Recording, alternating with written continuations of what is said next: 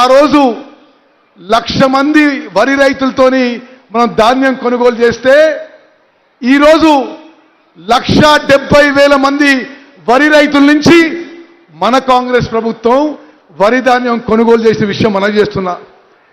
అదేవిధంగా టీఆర్ఎస్ ప్రభుత్వంలో చివరి సంవత్సరంలో వరి కొనుగోలు కింద ఉమ్మడి నల్గొండ జిల్లాలో 1,750 కోట్లు ఖర్చు చేస్తే మనం వచ్చిన తర్వాత ఆ రోజు 1,750 కోట్లు ప్యాడీ ప్రొక్యూర్మెంట్ వరి కొనుగోలుకి ఇస్తే ఈ సంవత్సరం ఈ రోజు వరకు 2,943 కోట్లు విషయం మరి మిర్యాలగూడ కాన్స్టిట్యున్సీలో నల్గొండ జిల్లాలో ప్రతి రైతు గమనించాలని చెప్పి కోరుకుంటున్నా.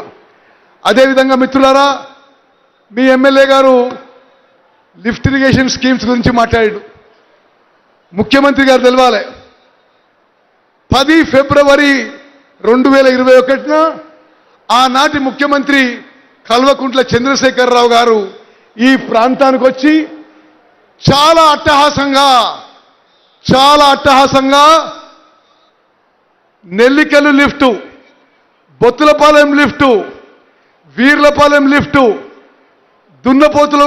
దున్నపోతుల గండి లిఫ్టు, తోపుచెర్ల లిఫ్టు, కేశవాపురం లిఫ్ట్కి శంకుస్థాపన చేసింది.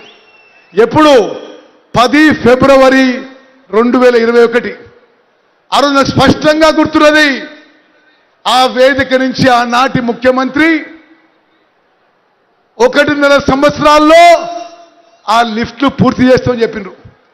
లిఫ్ట్లు పూర్తి చేస్తామని చెప్పిన పెద్ద మనిషి వాళ్ళ హయాంలో కనీసం 5% పనులు కూడా జరగలేదు. మనం వచ్చిన తర్వాత, మన కాంగ్రెస్ ప్రభుత్వం వచ్చిన తర్వాత ముఖ్యమంత్రి రేవంత్ రెడ్డి గారి నాయకత్వంలో కాంగ్రెస్ ప్రభుత్వంలో నాగార్జున సాగర్లో 25,000 ఎకరాలతో నెల్లికల్లు లిఫ్టు వేగవంతంగా ముందుకు పోతుంది. 8,000 ఎకరాలతో బొత్తులపాలెం లిఫ్ట్ ముందుకు పోతున్నది. 2,500 ఎకరాల వీర్లపాలెం లిఫ్ట్ ముందుకు పోతుంది. దున్నపోతుల గండి లిఫ్టు వేగవంతంగా పనులు చేయిస్తున్నాం. తోపుచెర్ల లిఫ్టు, కేశవాపురం లిఫ్టు, ఇవన్నీ కృష్ణా నదిపై ఉన్న లిఫ్ట్లు వేగవంతంగా ముందుకు పోతున్నాం.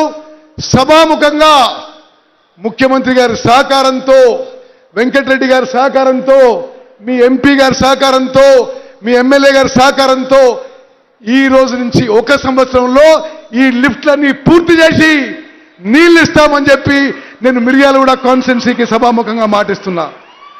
అదేవిధంగా ఎమ్మెల్యే గారు కోరినట్టుగా నేను కూడా మరి ఈ మెయిన్ కాలువ, ఈ మేజర్ కాలువల్లో అనేక సార్లు గండిపడడం గమనిస్తున్నా.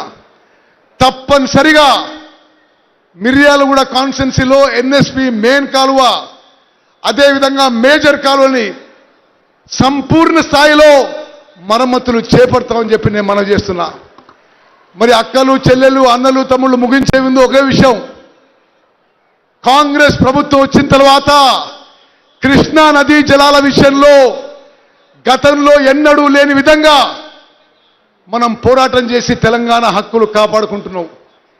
మరి ముఖ్యమంత్రి గారి ఆధ్వర్యంలో కృష్ణా బేసిన్లో కృష్ణా నదీ జలాల ఉపయోగంలో కానీ, ఆయకట్టులో కానీ, వరి పంటలో కానీ, మరి తెలంగాణ చరిత్రలో, ఉమ్మడి ఆంధ్రప్రదేశ్ చరిత్రలో కృష్ణా నది కింద ఉన్న ఆయకట్టు మొత్తంలో ఎక్కువ నీళ్లు ఉపయోగించింది, ఎక్కువ వరి పండించింది, ఎక్కువ పంటలు పండించింది, రైతులకు ఎక్కువ మేలు జరిగింది మన కాంగ్రెస్ ప్రభుత్వంలో చెప్పి నేను మనవి చేస్తూ ముగిస్తున్నాను. జై హింద్, జై కాంగ్రెస్. ధన్యవాదాలు సార్.